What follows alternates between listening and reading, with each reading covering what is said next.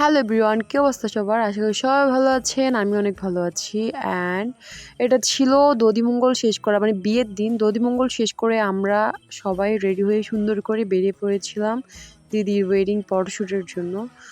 So এটার জন্য আমরা মোটামুটি ৬টা সাড়ে ৬টার মধ্যে রেডি হয়ে বেরিয়ে গেছি।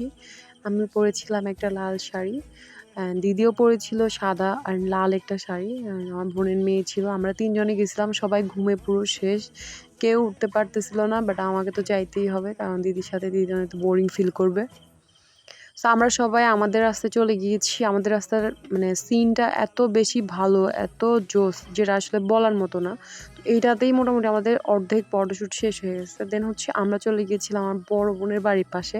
সো ওইখানেও মানে ভিউটা এত সুন্দর আসে, নর্মাল ছবি তুলতে গেলেই অনেক সুন্দর লাগে।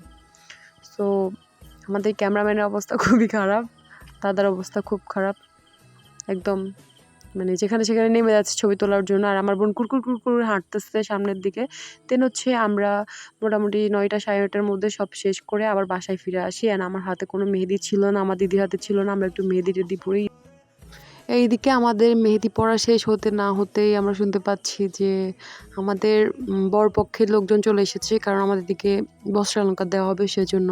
সো এদিকে সবাইকে দিদিকে বস্ত্রালঙ্কার দিয়ে সবাইকে বরণ করে নেওয়া হয়েছে। আর এইগুলো ছিল আমাদের ফোনে তোলা আমাদের পিকচার। Thank you.